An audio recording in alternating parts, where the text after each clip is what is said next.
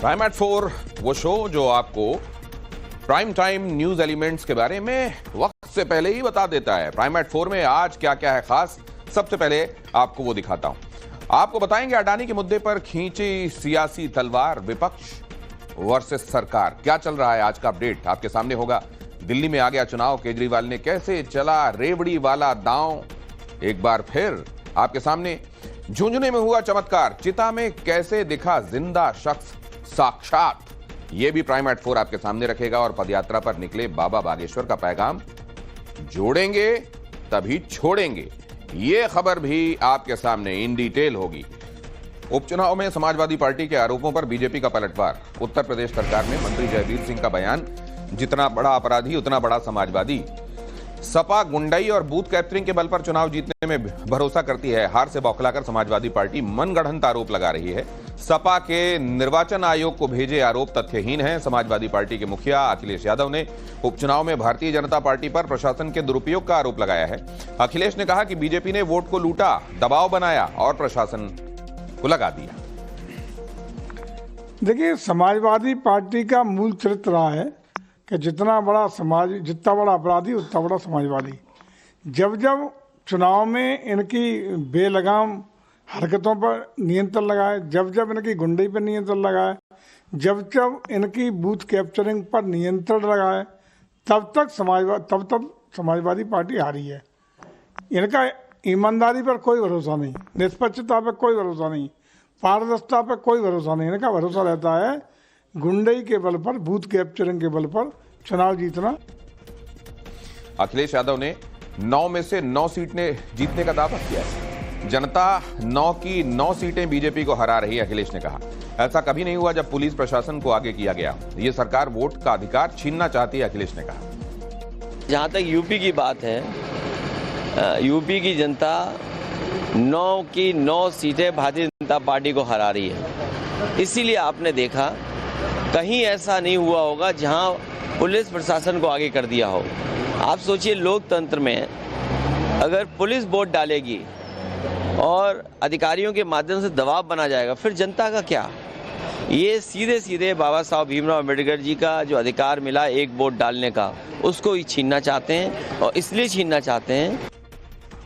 OP Rajbhar इस बीच क्या कह रहे हैं, अखिलेश यादव को लेकर उन्होंने क्या कहा। जिन लोगों ने गलत किया उनके खिलाफ चुनाव आयोग ने कार्रवाई की। सरकार निष्पक्ष चुनाव की पक्षधर रही है। फर्जी मतदान करने वाले लोगों के बयान पहले ही आए। फर्जी मतदान पर रोक लग रही है तो बुरा क्यों लग रहा है? सरकार फर्जी मतदान नहीं होने देगी। जिन लोगों ने गलत किया उनके खिलाफ चुनाव आयोग ने खुद कार्रवाई की, जो जांच में दोषी पाएगा। दूसरी चीज की जो वीडियो की बात हो रही है, आजकल फर्जी वीडियो बना करके बहुत बड़े पैमाने पर इस्तेमाल होता है। सरकार निष्पक्ष चुनाव कराने के पक्षधर रही है। चुनाव आयोग भी निष्पक्ष चुनाव चाहता है। और जो फर्जी मतदान करने वाले लोग थे उनके बयान पहले ही आए कि आईडी जो है, जो निर्वाचन में लगे हुए लोग हैं, वो आईडी चेक न करें। भाई, आप फर्जी मतदान कराना चाहते हैं, इस पे अगर रोक लग रही है तो आपको बुरा लग रहा है। तो सरकार फर्जी मतदान नहीं होने देती। यूपी उपचुनाव में बीजेपी और समाजवादी पार्टी ने किया जीत का दावा। केशव प्रसाद मौर्य ने कहा 9 की 9 सीटें हम जीतेंगे। झारखंड और महाराष्ट्र में सरकार भी हमारी आएगी। समाजवादी पार्टी के सांसद अवधेश प्रसाद ने कसा तंज, बीजेपी तो लोकसभा चुनाव में भी 80 की 80 सीटें जीत रही थी, आगे देख लेंगे क्या होगा। और इस बीच चुनावों से जुड़ी एक बड़ी खबर आपके सामने रख रहा हूं। महाराष्ट्र कैश कांड से जुड़ी एक बड़ी खबर। बीजेपी महासचिव विनोद तावड़े का कांग्रेस को 100 करोड़ का कानूनी नोटिस। कांग्रेस अध्यक्ष खड़गे राहुल गांधी को यह नोटिस भेजा गया है। विनोद तावड़े ने सुप्रिया श्रीनेत को भी यह नोटिस भेजा है कि मेरे बारे में कांग्रेस के नेताओं ने झूठ फैलाया है, मुझे और मेरी पार्टी को बदनाम करने की कोशिश की है। आरोप लगाने वाले कांग्रेस के नेता मुझसे माफी मांगे। पुलिस की जांच में जो कथित 5 करोड़ की राशि है वो नहीं मिली है, कहना है विनोद तावड़े का। तो ये बड़ी खबर है। और खास तौर से आपने देखा चुनाव की तारीख के ऐन एक दिन पहले विनोद तावड़े के संदर्भ में ये आरोप लगाए गए कि वो पैसे बांट रहे हैं। और इसको लेकर आपने देखा कि तमाम कांग्रेस के नेताओं ने और बहुजन विकास अघाड़ी के लोगों ने अपनी अपनी बातें कहीं। बहुजन विकास अघाड़ी के लोग ही आपको इस फुटेज में नजर आ रहे हैं, जो कि विनोद तावड़े को घेर कर उनसे सवाल कर रहे हैं। बदले में विनोद तावड़े ने यह कहा कि आप ये बताइए कि क्या सीसीटीवी फुटेज का अध्ययन किया गया, क्या यह देखा गया कि मैं वहां पैसे बांट रहा था कि नहीं। ये आरोप मुझ पर लगा दिए गए। और फिर यह भी कहा गया कि बैग में इतना पैसा रखा हुआ था। उसी को लेकर अब विनोद तावड़े कह रहे हैं कि अब वो तमाम लोग जिन्होंने मुझ पर आरोप लगाए थे, कांग्रेस के वो तमाम नेता, 100 करोड़ रुपए की मानहानि का नोटिस विनोद तावड़े ने भेजा है कि मुझे और पार्टी को बदनाम करने की साजिश की गई है, कोशिश की गई है। ये वो कानूनी नोटिस है जो टाइम्स नाउ नवभारत पर आप इस समय एक्सक्लूसिव देख रहे हैं। और इसमें यही लिखा हुआ है कि ये जो तमाम आरोप लगाए गए वो निराधार थे, उसमें कोई तथ्य नहीं था, लिहाजा अब माफी मांगी जाए, वरना 100 करोड़ का ये लीगल नोटिस भेज दिया गया है। अगली खबर यह कि महाराष्ट्र में नतीजों से पहले रिजॉर्ट पॉलिटिक्स शुरू हो गई है। सोर्सेज बता रहे हैं महायुति विधायकों के लिए हेलीकॉप्टर प्लेन की बुकिंग की गई। 5 हेलीकॉप्टर और 4 चार्टर्ड प्लेन बुक किए गए हैं। जीते हुए विधायकों को मुंबई लाने के लिए तैयारी तेज हो गई है। एमएलएज को कोलाबा के होटल में रखा जाएगा। मुंबई के ताज प्रेसिडेंसी होटल में रहेंगे एमएलएज, ऐसा बताया जा रहा है। मैं उनसे कहूंगी ये सारी टेंशन लेने की उनकी ज़रूरत नहीं है कि होटल्स बुक करें और चॉपर्स बुक करें। उनको महाराष्ट्र की जनता उनको छुट्टी देने वाली है अगले 25 साल के लिए। इनकी सरकार जाने को है, इसलिए ये लोग शायद हेलीकॉप्टर ये सब इसलिए बुक करा रहे हैं कि इनको पता है कि जब हारेंगे तो जनता इनको पूरा जो लेखा जोखा है वो कर देगी और इसलिए उनको भागने की जरूरत पड़ेगी। महाराष्ट्र में नतीजों से पहले उद्धव गुट का बड़ा दावा, महाविकास अघाड़ी दल 160 सीटें जीतेगा, संजय राउत का कहना है। संजय राउत का बयान है कि अपने विधायकों की मुंबई में ठहरने की हम व्यवस्था कर रहे हैं, भागम भाग होगी, विधायकों पर दबाव रहेगा, इसीलिए हमने एक होटल में सबके रहने की व्यवस्था की। कल सुबह से नतीजे आएंगे। हमें पूरा विश्वास है कि हमें बहुमत प्राप्त होने जा रहा है। 160, 165 तक हम विधायक हमारे चुनकर आएंगे। महाराष्ट्र बहुत बड़ा राज्य है, दूर दरार से लोग चुनकर आएंगे। मुंबई में आने के बाद उनके लिए रहने के लिए जगह नहीं है, कहाँ रहेंगे वो, भागम भाग होगी, उनके ऊपर प्रेशर रहेगा इन लोगों का, खोखे वालों का। तो सबकी रहने की व्यवस्था एक होटल में एक जगह पर करने की योजना हम बना रहे हैं। और इस बीच बीजेपी ने महाविकास अघाड़ी पर हमला किया है। बीजेपी प्रवक्ता शहजाद पूनावाला ने क्या कहा है? शहजाद पूनावाला कह रहे हैं महाविभाजन अघाड़ी बन रहा है। एमबीए में मुख्यमंत्री चेहरे को लेकर लड़ाई तेज हो गई है और इंडी गठबंधन केवल पद के लिए लड़ना जानने वाले नेताओं का एक गठबंधन है। एमवीए महा वोट बैंक अघाड़ी से अब महाविभाजन अघाड़ी, वो भी चुनाव के नतीजों से पहले कैसे बन चुका है वो देखने लायक है। भाई अभी तो लड़ाई झगड़ा शुरू भी हो गया है कि मुख्यमंत्री का फेस कौन बनेगा। वहाँ उद्धव ठाकरे जी की पार्टी बोलती है हम बनेंगे, कांग्रेस बोलती है हम बनेंगे, शरद पवार जी की पार्टी बोलती है कि हम भी रेस में हैं। तो इनके पास कोई मिशन विशन नहीं है, ये केवल अपने अपने एम्बिशन, लस्ट फॉर पोजीशन और अपना बचाव करप्शन, इसीलिए ये लोग एक साथ आए हैं। शरद पवार साहब की तो रहेगी, कांग्रेस पार्टी की रहेगी और उद्धव ठाकरे साहब की भी रहेगी ना। ये महाविकास आघाड़ी है और हमारे साथ जो छोटे छोटे दल हमारे साथी है, जैसे कि समाजवादी पार्टी के लोग चुनकर आ रहे हैं, कम्युनिस्ट पार्टी के लोग चुनकर आ रहे हैं, शेतकरी कामगार पक्ष है वहाँ एक, उनके लोग चुनकर आएंगे, कुछ इंडिपेंडेंट आएंगे। लेकिन हमारा बहुमत जो है महाविकास आघाड़ी का वो पूरा बहुमत रहेगा। तो सब एक साथ बैठकर कल हम निर्णय लेंगे। दिल्ली में आम आदमी पार्टी ने जनता के साथ रेवड़ी पर चर्चा कार्यक्रम की शुरुआत कर दी। केजरीवाल ने रेवड़ी पर चर्चा कार्यक्रम लॉन्च किया। केजरीवाल बोले बीजेपी आई तो बिजली पानी के बिल भरने पड़ेंगे। केजरीवाल ने कहा कि बीजेपी शासित 20 राज्यों में 24 घंटे बिजली नहीं रहती। गुजरात में 30 साल से बीजेपी की सरकार है लेकिन 24 घंटे बिजली उपलब्ध नहीं है। केजरीवाल ने कहा कमल का बटन दबाने से पहले सोच लेना। दिल्ली में आम आदमी पार्टी को वोट नहीं दिया, बीजेपी को वोट दिया तो दिल्ली के अंदर भी 8 से 10 घंटे के पावर कट लगने चालू हो जाएंगे। तो कमल का बटन दबाने से पहले सोच लेना कि आप लंबे लंबे पावर कट के लिए बटन दबा रहे हो, नहीं तो झाड़ू का बटन दबा देना। दिल्ली और पंजाब 2 ही राज्य हैं पूरे देश के अंदर जहां आम आदमी पार्टी की सरकार है और जहां बिजली फ्री है। उत्तर प्रदेश में फोन करके देख लो कितने हजार रुपए के महीने का बिल आता है। अगर दिल्ली के अंदर आपने बीजेपी को वोट दे दिया तो आपके कई कई हजार रुपए के फिर से हर महीने बिल आने चालू हो जाएंगे।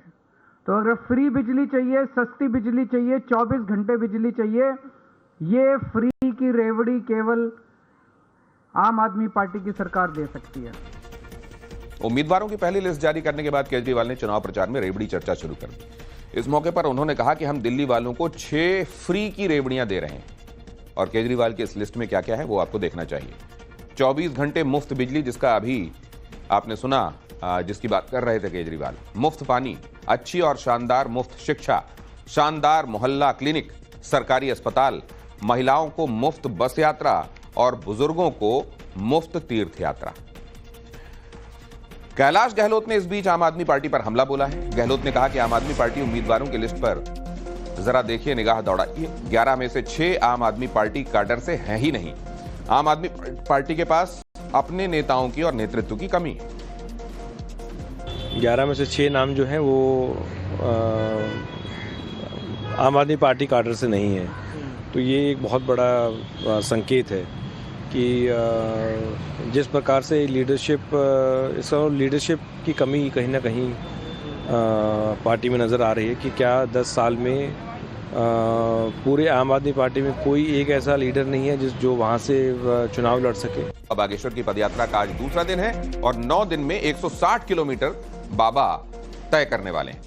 बागेश्वर धाम से ओरछा तक की ये पदयात्रा है उनकी। पदयात्रा को लेकर पंडित धीरेन्द्र शास्त्री बोले, पदयात्रा का उद्देश्य सनातनियों को जगाना है।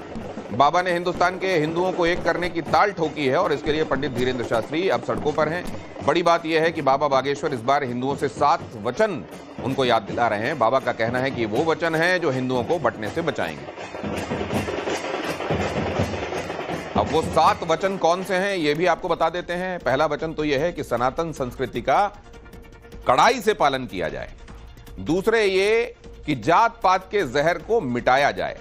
तीसरा ये कि हमेशा ब्रह्मा, विष्णु और महेश की पूजा करेंगे। चौथा वचन ये कि आर्थिक रूप से कमजोर हिंदू भाइयों को सामर्थ्य के हिसाब से मदद करेंगे। पांचवा ये कि अपने बच्चों को प्रतिदिन वैदिक शिक्षा देंगे। और छठा वचन वो ये ले रहे हैं कि हर शनिवार और मंगलवार सपरिवार मंदिरों में आरती में शामिल होंगे। 7वां वचन ये ले रहे हैं वो लोगों से कि गाय, गंगा, गौरी, गायत्री और गुरु के प्रति श्रद्धा रखेंगे। बाबा की यात्रा में शामिल होने के लिए दूर दूर से लोग पहुंच रहे हैं। हमारे संवाददाता विद्यानाथ झा ने आपके लिए रिपोर्ट तैयार की है। ये जो आप देख रहे हैं, लोगों की भीड़ चल रही है, चाहे वो भक्त हो, चाहे वो आम लोग हो जो अलग अलग जगहों से बाबा के साथ जुड़ रहे हैं, वो भी लगातार चले जा रहे हैं।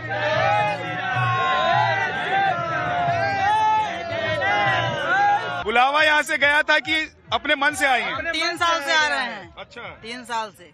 बाबा की यात्रा तो बड़ी लंबी है, 160 किलोमीटर की यात्रा है, पैर में छाले पड़ गए। नहीं होगा, प्रभु की माया है, बालाजी की कृपा है, कुछ नहीं होगा, कुछ नहीं होने वाला है। बहुत छाले अपना जाना पड़ेगा तभी हम लोग तैयार हैं। 1000 किलोमीटर जाना पड़ेगा पद यात्रा, तभी हम लोग दरबार में तैयार हैं। हम लोग इतनी भक्ति, इतनी शक्ति आप लोगों में क्यों अचानक से आई है? अचानक से नहीं है, सब बाबा बागेश्वर सरकार की महिमा है। लेकिन कांग्रेस आरोप लगा रही है कि बीजेपी प्रायोजित यात्रा है। कांग्रेस को जहां जहां भी सनातन और हिंदुत्व को चोट पहुंचाने का अवसर मिले वो उसको कभी चूकती नहीं है। जो विशुद्ध भारत के गौरव और भारतीयता के जागरण की यात्रा है, जो सनातन की यात्रा है, जो सबको एक करने की यात्रा है, जो जाति और भेदभाव को मिटाने की यात्रा है, उस पर राजनीतिक कारणों से आरोप लगाना ये कांग्रेस की अफगानी और पाकिस्तानी सोच को दिखाता है और जनता इसको कभी माफ नहीं करेगी। और अब वो खबर जिसे सुनकर आप भी चौंक जाएंगे। राजस्थान के झुंझुनू में रोहितास नाम का एक शख्स इलाज के दौरान दम तोड़ गया। डॉक्टर्स ने उसे मृत घोषित कर दिया और इसके बाद परिजन उसे अंतिम संस्कार के लिए स्मशान घाट लेकर पहुंचे। लेकिन चिता पर लिटाने के दौरान उसकी धड़कनें लौट आईं और शरीर में हरकत होने लगी। मौके पर मौजूद लोग ये देखकर डर गए और आनन फानन एम्बुलेंस बुलाकर शख्स को फौरन अस्पताल लेकर पहुंचा गया। उसे जिंदा देखकर डॉक्टर्स भी हक्का बक्का रह गए। यहां उसी व्यक्ति की तस्वीरें आप देख रहे हैं। हालांकि वो कुछ देर के लिए उसके शरीर में हरकत लौटी, धड़कनें लौटी, डॉक्टर्स भी हैरान हुए, लेकिन इससे पहले कि परिजन खुश हो पाते, उस व्यक्ति ने एक बार फिर से दम तोड़ दिया। जिंदा शख्स को मृत कैसे घोषित कर दिया गया, सिलसिलेवार देखिए। अस्पताल में इलाज के दौरान रोहितास की मौत हो गई। डॉक्टर्स ने उसे डेड डिक्लेयर कर दिया। मौत के बाद डॉक्टर्स ने शव को पोस्टमार्टम के लिए भेजा। 2 घंटे तक शव को डीप फ्रीजर में रखा गया। पुलिस के आने के बाद शव का पंचनामा हुआ। पंचनामा के बाद परिजन शव को अंतिम संस्कार के लिए ले गए स्मशान घाट, लेकिन चिता पर लिटाते ही शरीर में हरकत होने लगी। परिजन दोबारा उस व्यक्ति को लेकर अस्पताल पहुंचे। स्मशान से लौटने के 12 घंटे बाद तक उसकी सांसें चलती रहीं, लेकिन बाद में वो दम तोड़ गया। रोहितास की मौत का या मौत के बाद जिंदगी वापस मिलने का सच क्या है? क्या वाकई उसकी मौत हो गई थी या अस्पताल के डॉक्टर्स ने उसको गलती से मृत घोषित किया था? जांच समिति एक बनी है और इन तमाम पहलुओं पर अब वो अपनी रिपोर्ट देगी। लेकिन सबसे बड़ा सवाल यह है कि आखिर 2 घंटे तक एक बॉडी फ्रिज जिसको कहते हैं, उसमें डीप फ्रीजिंग स्टेट में शरीर को सांस कैसे मिली होगी अगर वो जीवित था तो? डॉक्टर्स के मृत घोषित करने के 12 घंटे बाद तक उसकी सांसें कैसे चलती रहीं? अब जांच हो रही है और जांच के बाद ही इन महत्वपूर्ण सवालों का जवाब शायद मिल पाए। फिलहाल इस पूरे मामले में डॉक्टर्स का क्या कहना है वो सुनिए। एक बग्गड़ के विभाजित गृह में एक बीमार था जिसको लाया गया था बीडीके में, और दोपहर में उसका डॉक्टरों ने माना कि वो मृत है और उसके पश्चात उसको, जैसा मुझे पीएमओ ने बताया, पोस्टमार्टम के पश्चात उनको सुपुर्द किया होम के संचालक को, और वहाँ बग्गड़ में जाने के पश्चात उसमें हलचल हुई, उसे वापस लाया गया है। अभी वो अस्पताल में सीसीयू में, और इसकी विस्तृत जांच करवाई जाएगी। जिस स्तर पर लापरवाही होगी सख्त कार्रवाई करेगी। और संभल की मस्जिद के विवाद मसले पर बड़ी खबर यह है कि कड़ी सुरक्षा के बीच संभल की मस्जिद में नमाज अदा की गई। संभल शाही जामा मस्जिद में जुमे की नमाज हुई। बड़ी तादाद में नमाज पढ़ने नमाजी पहुंचे हुए थे। मस्जिद के सर्वे के बाद आज पहली जुमे की नमाज थी। संभल में मस्जिद और मंदिर के विवाद के बीच आज संभल शाही जामा मस्जिद में जुमे की नमाज हुई और बड़ी तादाद में लोग यहां पहुंचे। इस दौरान मस्जिद में नमाज को लेकर मुस्लिम धर्मगुरुओं ने शांति बनाए रखने और अफवाहों से बचने की अपील की।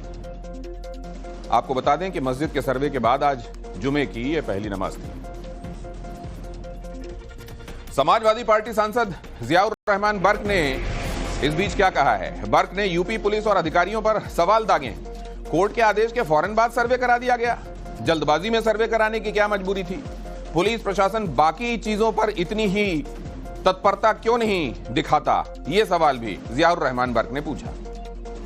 उससे ज्यादा मुझे ताज्जुब है कि संभल का पुलिस प्रशासन, इस उत्तर प्रदेश की हुकूमत के अधिकारी, पता नहीं ऐसा क्या हो रहा था कि आदेश उधर हो रहा है कोर्ट का और 1-2 घंटे के बाद में यहाँ पे सर्वे कराने के लिए लिया है। इतनी जल्दी कौन सी थी? क्या मजबूरी थी उनके सामने जो इतनी जल्दी सर्वे कराने के लिए लाए? और सर्वे ये 2 दिन 4 दिन 1 हफ्ते में कभी भी हो सकता था, लेकिन अगर पुलिस प्रशासन इतनी जल्दी अगर और चीजों में भी कर लेता, अगर ये पुलिस प्रशासन के जो लोगों के साथ हम मॉब लिंचिंग होती है अगर उसमें भी इतनी सख्ती दिखाता, अगर ये पुलिस प्रशासन इसी तरह से लोगों के खिलाफ जो झूठे मुकदमे हैं उसको रोक करके उनके खिलाफ कार्रवाई करता। अब ये मामला क्या है, संभल में क्या विवाद है, ये भी आपको देखना चाहिए। श्री हरिहर मंदिर पर शाही जामा मस्जिद होने का दावा किया जा रहा है। हिंदू पक्ष का दावा है कि मंदिर के कई सबूत मौजूद हैं। 1529 में बाबर ने मंदिर को तोड़ा, यह हिंदू पक्ष कह रहा है। श्री हरिहर मंदिर में ही कल की अवतार होना है, यह दावा भी किया जा रहा है। महंत ऋषि राजगिरी ने याचिका दाखिल की है। सिविल कोर्ट ने मस्जिद के सर्वे का आदेश दिया। 19 नवंबर को पहली बार मस्जिद का सर्वे हुआ। सर्वे की टीम ने मस्जिद के भीतर वीडियो और फोटोग्राफी की। टीम ने करीब 2 घंटे तक मस्जिद के भीतर सर्वे किया। 7 दिन में कोर्ट में सर्वे में क्या फाइंडिंग्स मिली, वो रिपोर्ट दाखिल की जानी है। वक्फ बोर्ड संशोधन बिल पर सरकार को घेरने की तैयारी। अगली खबर, वक्फ पर शीतकालीन सत्र में जोरदार हंगामे के आसार हैं। सपा सांसद अवधेश प्रसाद ने बीजेपी पर हमला बोला। अवधेश प्रसाद ने कहा, वक्फ को लेकर बीजेपी का रवैया अच्छा नहीं है।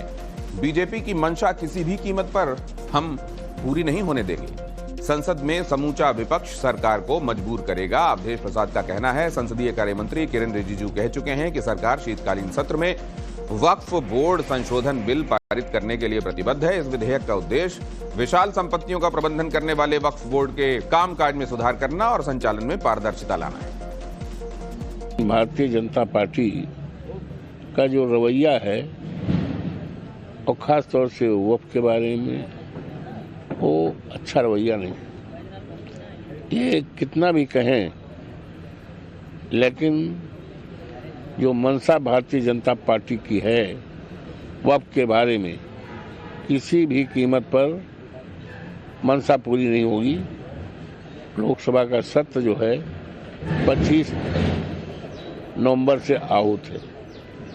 समूचा विपक्ष, मुझे पूरी उम्मीद है समूचा विपक्ष इस मुद्दे पर एक होकर के सरकार को मजबूर करेगा।